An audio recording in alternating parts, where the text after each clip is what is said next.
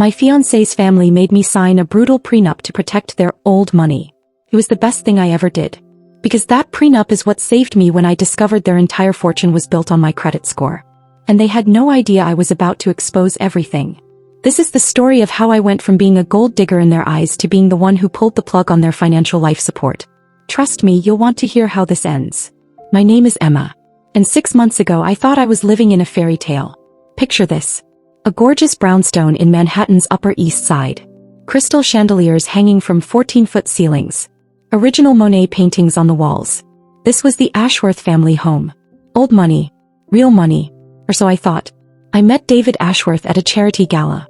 He was everything you'd expect from New York elite. Tall, handsome, confident. He wore a watch that cost more than my annual salary. David swept me off my feet. Literally. Our first date was a helicopter ride over the city. Our second was dinner at a restaurant with a 6-month waiting list. I was a marketing director at a mid-sized firm. Good job. Decent salary. But nothing compared to the Ashworth lifestyle. Within 3 months David proposed. The ring was a family heirloom. 4 carats. Flawless. It's been in our family for generations, he told me. Just like everything else. Meeting his family was like stepping into a movie. His mother, Victoria, glided through rooms like she owned the world. His father, Richard, spoke in quiet tones that commanded instant attention. Their house was a museum of wealth. Antique furniture from European estates. Wine collections worth more than houses. Art that belonged in galleries. Emma, darling, Victoria said during our first dinner. David tells us you work in marketing? The way she said marketing made it sound like I collected garbage. Yes, I replied. I help brands connect with consumers. How practical, she smiled. But her eyes were ice cold. Richard was more direct. We hope you understand our family has certain expectations. I nodded politely. I had no idea what was coming. The pressure started immediately. Subtle at first. Comments about my clothes. Suggestions about my hair. Invitations to events where I felt completely out of place. You'll need to understand our world, Victoria explained. Old money has different rules. Different rules. That should have been my first warning. David showered me with gifts. Designer dresses. Expensive jewelry. Weekend trips to the Hamptons. You deserve the best, he'd say. And now you're part of the best family in New York. I felt like Cinderella. But I should have paid more attention to what happened at midnight. The wedding planning was extravagant. A venue that cost $50,000 just to book. A dress that cost more than my car. 500 guests, most of whom I'd never met. We're investing in your future, Richard told me. The Ashworth name opens doors. But every gift came with strings. Every kindness had conditions. Of course, we'll need to discuss financial arrangements, Victoria mentioned casually one afternoon. Financial arrangements. That's wealthy people speak for prenup. The meeting was scheduled for the following Tuesday. Richard's lawyer. Victoria's financial advisor. David's accountant. And me. I felt like I was on trial. Emma, Richard began, we need to protect the family assets. The prenup was 37 pages long. I'm not exaggerating. 37 pages of legal language designed to ensure I got nothing if the marriage failed. No claim to the house. No access to family trust. No rights to businesses or investments. If we divorced, I'd leave with exactly what I brought in. Which, compared to their wealth, was nothing. It's just a formality, David assured me. We'll never need it. Famous last words. The lawyer explained every clause. How the family fortune was protected. How their assets were untouchable. How I'd be financially devastated if I ever tried to leave. This ensures the Ashworth legacy continues, Victoria said proudly. I signed it. Because I was in love. Because I trusted them. Because I believed their money was real. Biggest mistake of my life. Or so I thought. The first red flag appeared 3 weeks before our wedding. I was checking my credit report. Just routine financial planning. Making sure everything looked perfect for our honeymoon mortgage application. That's when I saw it. A loan I never applied for. $50,000. Approved 2 months earlier. My hands started shaking. Identity theft was my first thought. Someone had stolen my information. But the details were too accurate. My social security number. My employment history. My exact salary information. This wasn't random fraud. This was personal. I called the bank immediately. There's been a mistake, I said. I never applied for this loan. The representative pulled up my file. Mrs. Chin, according to our records, you applied in person. We have your signature on all documents. My signature. But I'd never been to that bank in my life. Can you tell me what address was used for the application? She read off an address I didn't recognize. Upper East Side. Expensive neighborhood. Then it hit me. I knew that address. I'd been there for dinner parties. It was the Ashworth family's investment property. My blood ran cold. Who was the co-signer on this loan? I can't release that information. But the loan is secured against property at the address I mentioned. Property I didn't own. In a building I'd visited as a guest. I hung up and stared at my phone. This made no sense. Why would someone use my credit for a loan against their property? Unless their property wasn't really theirs. That weekend, I made an excuse to skip dinner with David's family. Instead, I did something I'd never done before. I hired a private investigator. Her name was Susan Martinez. 20 years of experience. Former FBI Financial Crimes Unit. I need you to look into the Ashworth family finances, I told her. Something doesn't add up. Susan raised an eyebrow. The old money Ashworths? That's going to be expensive. How expensive? $5,000 to start. Could be more if it gets complicated. It was my entire savings for the honeymoon. But I had to know. Do it. The waiting was torture. 5 days of pretending everything was normal. 5 days of smiling at wedding preparations while my world might be crumbling. David noticed something was wrong. You seem stressed, he said. Cold feet. If only he knew. Susan called on a Thursday evening. We need to meet. In person. Somewhere private. Her tone told me everything I needed to know. This was bad. We met at a small cafe in Brooklyn. Far from Manhattan. Far from anyone who might recognize me. Susan slid a thick folder across the table. Emma, you're not going to like what I found. I opened the folder with trembling hands. The first document was a credit report. But not mine. David's. Credit score. 487. Defaulted loans. Maxed out credit cards. Bankruptcy filed and dismissed 3 years earlier. That can't be right, I whispered. It gets worse, Susan said. His parents aren't much better. She showed me Richard's financial records. Victoria's credit history. Both were disasters. Foreclosure notices. Unpaid debts. Tax liens. Court judgments. But their house, I protested. Their cars. Their lifestyle. All mortgaged to the hilt, Susan explained. They've been borrowing against assets for years. The house has 3 mortgages. The cars are leased. The art is reproductions. My head was spinning. How is this possible? They're very good at maintaining appearances. But appearances cost money. Money they don't have. Susan turned to the next section. This is where it gets personal. Bank records. Loan applications. All in my name. All using my credit score. $50,000 for home improvements. $30,000 for car payments. $20,000 for credit card debt consolidation. Over 6 months, they'd borrowed over $100,000 using my identity. How? I asked. Access to your personal information. Social security number. Employment records. Bank statements. They probably got it from documents you shared for wedding planning. I felt sick. Is this legal? Absolutely not. This is credit fraud. Identity theft. Multiple felonies. Susan leaned forward. Emma, they've been using you as their personal ATM. And after you're married, it'll be even easier. The room was spinning. Everything I thought I knew was a lie. There's more, Susan said quietly. She showed me property records. The Ashworth brownstone was in foreclosure. They had 60 days before eviction. The fancy cars were being repossessed. The jewelry was fake. The family fortune was a house of cards. And I was the foundation holding it all up. That night I didn't sleep. I sat in my apartment staring at the evidence. 100 pages of proof that my fairy tale was a nightmare. The man I loved was a fraud. His family were criminals. And I was their victim. But I was also their lifeline. Without my credit, their whole world would collapse. The next morning I called in sick to work. I needed time to think. Time to plan. Because Susan had given me more than just evidence. She'd given me power. What do you want to do? She'd asked as we left the cafe. I want them to pay, I'd replied. Now I had to figure out how. I started by changing all my passwords. Bank accounts. Credit cards. Everything. Then I called my bank. I need to put a fraud alert on my credit report, I told them. Next I visited a lawyer. Criminal law. White-collar crimes. The best I could afford. This is a clear case of identity theft, he confirmed. But prosecution can be complicated when family members are involved.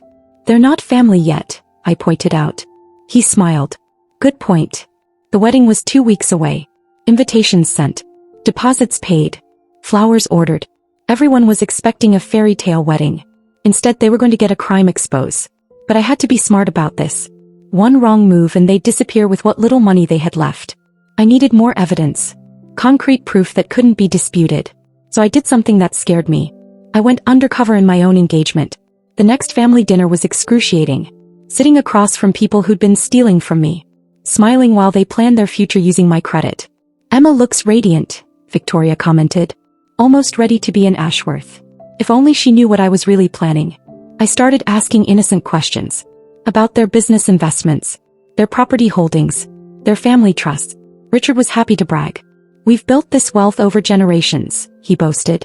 "Old money knows how to grow money." Wise. All wise. David showed me his father's study. "This is where all the important decisions are made," he said proudly. I memorized every detail. The safe behind the painting. The filing cabinets. The computer on the mahogany desk. "Where do you keep all the family financial records?" I asked casually. "Dad has everything organized. Trusts, investments, property deeds. All locked away safely." Perfect. That weekend, David had a bachelor party. Victoria was at a charity event. Richard was playing golf. I had 4 hours alone in their house. Susan had given me a tiny camera. Professional grade. Impossible to detect. I found their financial records in the study safe. The combination was Victoria's birthday. Not very creative for criminals. Inside were the real documents. Foreclosure notices they'd hidden from me. Loan applications with my forged signature. Payment schedules showing minimum payments on maximum debt. But the worst discovery was in Richard's desk drawer. A folder labeled, Emma Financial Profile. Inside was everything about me. Credit reports they'd pulled illegally. Bank statements they'd somehow obtained. Even copies of tax returns I'd never given them. They'd been studying me like a mark. Planning this fraud from the beginning. At the bottom of the folder was a handwritten note in Victoria's elegant script. Excellent credit score. No family oversight. Perfect candidate. Perfect candidate. That's all I was to them. A financial tool. I photographed everything. Every document. Every signature. Every piece of evidence. By the time I left their house, I had enough proof to send them all to prison. But prison wasn't enough. I wanted justice. I wanted revenge. And I wanted it to be public. The rehearsal dinner was scheduled for Friday night. 50 guests at an exclusive restaurant. David's family would be there. My family would be there. Everyone who mattered. It was the perfect venue for my reveal. I spent the week preparing. Working with Susan to organize the evidence. Coordinating with my lawyer about timing. Planning every detail. "Are you sure about this?" Susan asked. "Once you do this, there's no going back." "They've been stealing from me for months," I replied.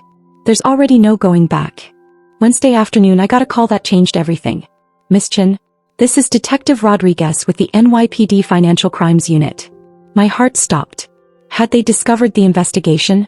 "We've been monitoring some suspicious loan activity connected to your credit profile. We'd like to meet with you." The police were already investigating. My private detective work had triggered their attention.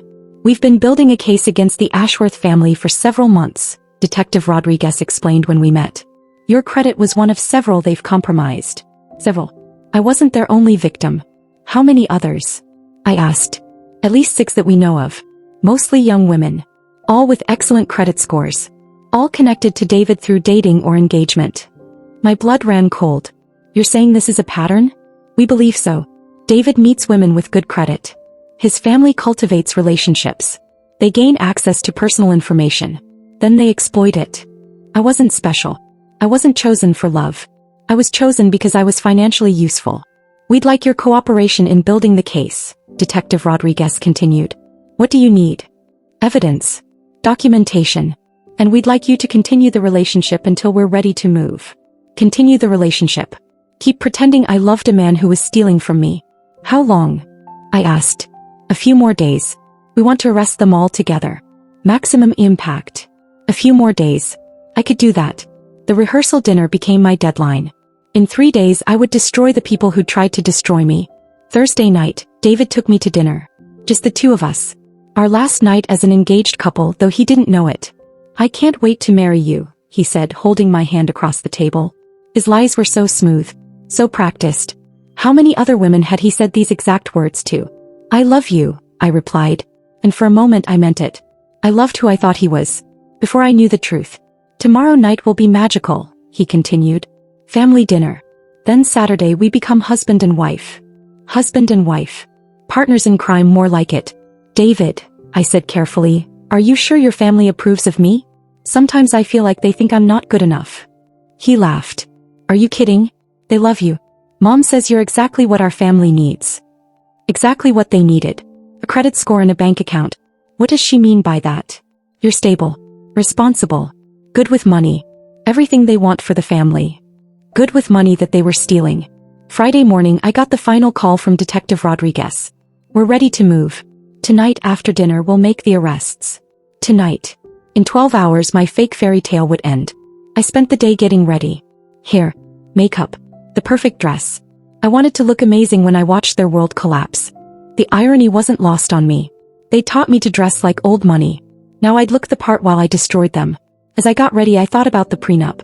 37 pages designed to protect their assets. Assets that didn't exist. Wealth that was imaginary. Fortune that was built on fraud. That prenup was going to be my protection. Not theirs. Why? Because you can't claim assets you don't actually own. The rehearsal dinner was held at Le Bernardin. Private dining room. Champagne service. The works. 50 people gathered to celebrate David and Emma's upcoming marriage. If only they knew what was really about to happen. I arrived early, wearing the diamond necklace David had given me for our 6-month anniversary. Fake diamonds, I now knew. But they looked real under the restaurant lights. You look stunning, Victoria said as she air-kissed my cheeks. A perfect Ashworth bride. Perfect. That word again.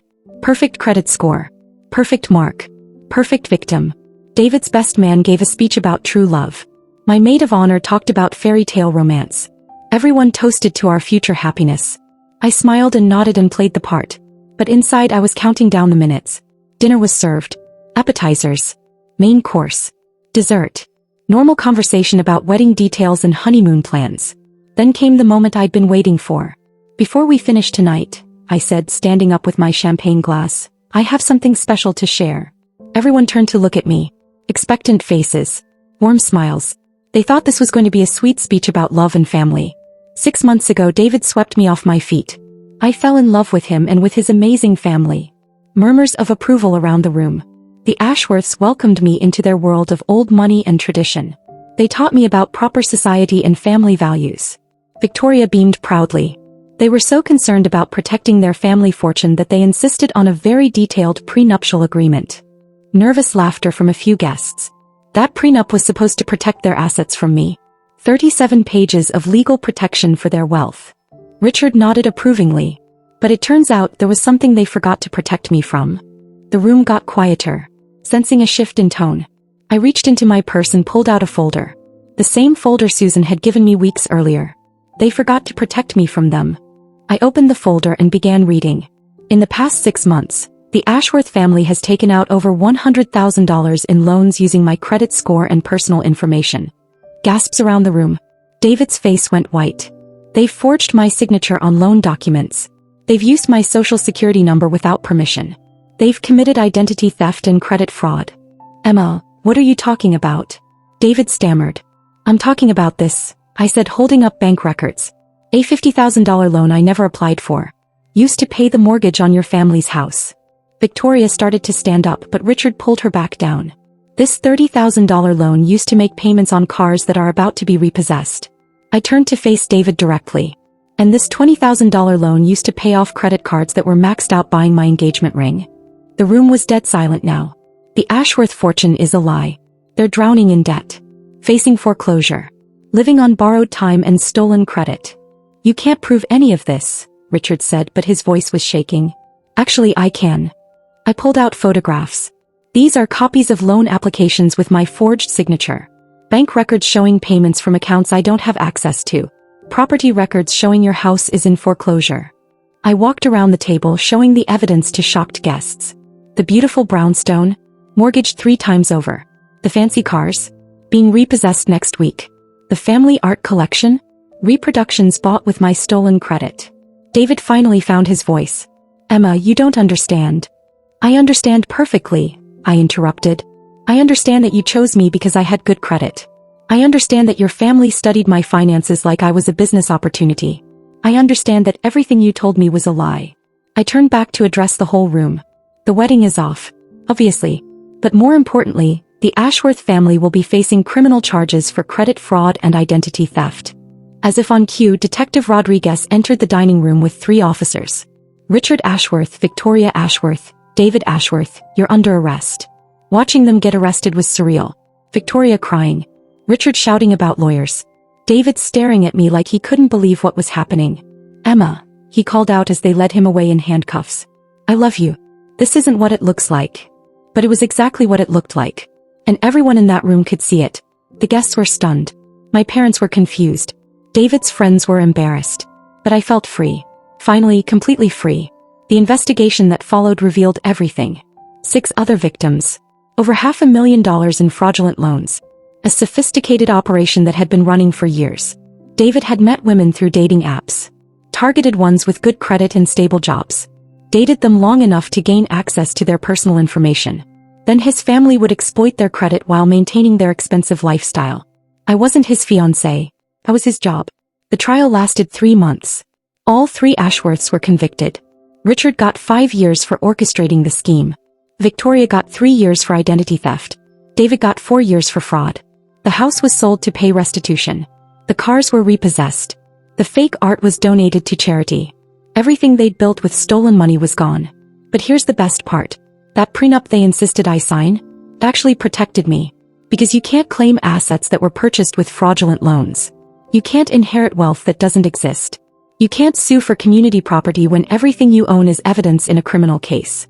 Their attempt to protect their fortune became my shield against their debts. I got every penny back that they'd stolen from me. Plus interest. Plus damages. 6 months later, I got a letter from David in prison. He wanted to explain. To apologize. To somehow make it right. I threw it away without reading it. Some people asked if I felt bad about destroying his family. If I regretted exposing them so publicly. The answer is no. Not for 1 second. They saw me as a mark. A victim. A financial resource to be exploited. They forgot that victims can fight back. That quiet people notice everything. That the person you underestimate might be the one who destroys you. Today I run my own marketing firm. Business is good. My credit score is perfect. My bank account is healthy. And I'm engaged again. To someone who loves me for who I am, not what I can provide financially. This time we're signing a prenup too. But it's one that protects both of us equally. Because real love doesn't need financial deception. David's family thought they were using me as their financial life raft. Instead, I became the anchor that dragged them down to the bottom. They tried to use me as a financial life raft. Now I'm the anchor dragging them down. And honestly, I sleep great at night knowing that somewhere in a federal prison, David Ashworth is learning what it really means to have nothing. Some fairy tales have happy endings. This one has justice.